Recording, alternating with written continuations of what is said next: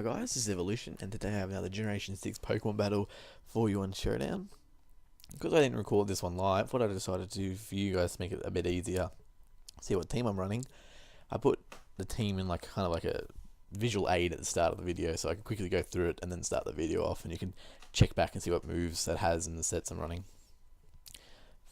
So the first thing you notice, I'm running Scolipede, Cloyster, Rotom Wash, Heracross, Aegislash, and Dragonite. Another thing you may notice, 5 out of the 6 are Adamant. So they're all physical attackers, except the Rotom is kind of a, I guess, defensive, special defensive, just kind of to take hits, and then I can switch out accordingly. So the main premise for this was, someone asked me if I could make a Shell Smashing Cloyster, see how I could use that. So personally I don't like to use Cloyster a lot, but I thought I'd try it out. What I decided to do was pair Cloyster up with Heracross and Dragonite, because they're all very good, powerful attackers. I should mention that's a Mega Heracross, very strong, 180 base attack, and that's a choice band of Dragonite, so they're good attackers, but then none of them are extremely quick. So what I did was I paired them with a Scolipede, which hits Speed Boost, Sword Stance, and the Baton Pass. So what I could do is set up a Sword Stance, and after that Sword Stance, I already have 1.5 speed because of the speed boost, and I can just Baton Pass next turn is like Cloyster with its massive defense can wall physical attacks really well, and it allows me to show up another Shell Smash if I need to, and if not, I can just sweep with the Sword Stance and the one raise in speed, and the Dragonite with the multi-scale. I can also switch that in because it won't take too much damage from the multi-scale, and then I can quickly attack with massive power, and then also the Heracross, if I can get a favourable switch in, that can Mega Evolve and really do some damage. Again with the Aegislash, also benefits from the Sword Stance and the speed boost, and then Rotom's kind of defensive. So if I get into the battle, I decided to leave with my Scolipede as he leads with his Rotom. Now, I'm not fearing anything the Rotom can do. I go for the Sword Stance and get the speed boost as well. Now, predicting the Earthquake because I'm poison, I switch out to my Cloyster, which can take the Earthquake because it's big defense. Now, predicting the switch out, he's not going to want to take an Icicle Spear. I can go for another Shell Smash. Now, I carry the White Herb, so my defensive drops are nullified.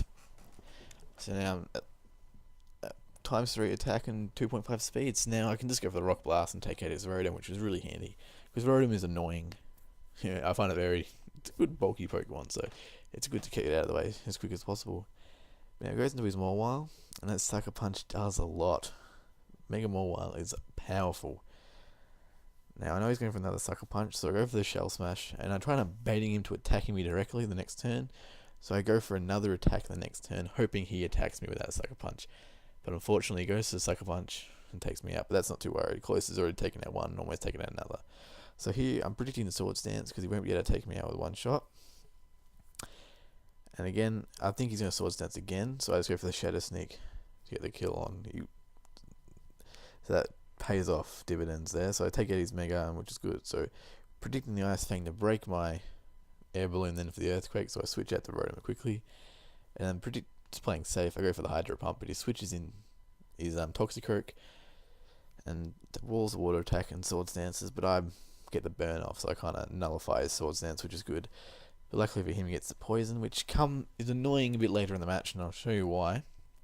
But I default switch out to Aegislash because I know he can't really do anything to Aegislash apart from the Sucker Punch, and with the burn I should be able to take it quite well with my massive defenses. So he goes to the Sucker Punch after the Sword Stance, and then I just go for the Shadow Sneak and take him out. So now he goes into the Gliscor, and I want to go for the King Shield just to get defensive stance, so I can leave his next Earthquake, which I do just there, and now I can go for the Iron Head and do 63% damage to him, which isn't bad. Now just get some more residual damage on him. I go for the Shadow Sneak because he outspeeds. But yeah, so I get a little bit of damage on him. Now he's not wanting to over predict again. I just go for the Waterfall because I have the advantage at the moment, so I don't want to lose that advantage of over predicting. So I go for the Waterfall. He brings in his Fortress. I go for the Waterfall again, thinking don't want to over predict, as I said, but I'm also choice banded, so I couldn't switch. He goes for the Fortress. I have to switch out because I can't do anything with the Waterfall. And I switched to my Heracross because he won't be able to do anything. Go for the Close Combat, want to play it safe, but he sends out his Delphox. Don't want anything that Delphox is packing, but for some reason he goes to the Switcheroo, which is really strange. because he couldn't switch with my Mega if I was going to stay in, but he probably is predicted to switch. But it's kind of benefit because now I wrote him out speeds, and so I can just Hydro Pump. But unfortunately, I missed 2 Hydro Pumps. He gets the light screen up, and so it takes another 2 Hydro Pumps to kill. So now I'm not being able to kill it, and because I'm racking up poison damage, it ends up killing me before I can take out his fortress. So those 2 misses did kind of cost me if I wrote him, which would have come in handy against Glasgow and Delphox. But I wasn't too annoyed or anything, so I knew he was gonna switch, so I could just went for the Swords Dance to get the bulk up. But now he's probably predicting the Baton Pass, but instead I just go for the Earthquake to take out his Delphox straight away.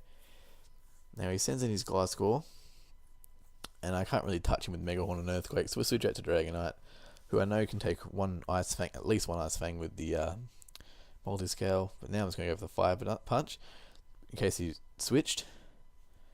He goes for the Toxic. He's going to try to protect and Toxic Storm me down, but I have just enough health to outlive. So now he goes for another Protect. I lose a bit more health with Toxic. He switches out to his Ferrothorn so he can switch back in and Toxic Storm me some more. I take out his Ferrothorn one shot with a Fire Punch, as he expected would, that lower health and 4 times strong. But now he goes for another Protect. I hit with I obviously don't hit, but then he goes for another Protect after this, 50-50 chance. I understand why he did it, because if he did, it would have been hard for me to take him out, but yep. I would have done with Heracross, but yeah, so not getting the Protect up, I hit him with a Fire Blast and take him out, and that's the game.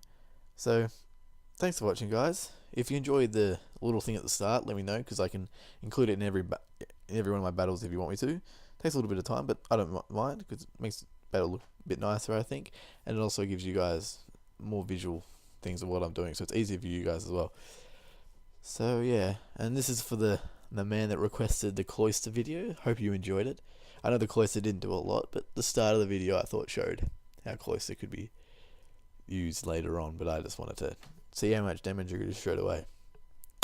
So yeah, if you liked the video, comment, like, and I really appreciate subscribe. I try to have a video once a day, sometimes twice a day, sometimes I miss a day, but I like to catch up. So I like to kind of average out for one video a day. So yeah, if you enjoyed the video, thanks for watching, and I'll hopefully see you again next time.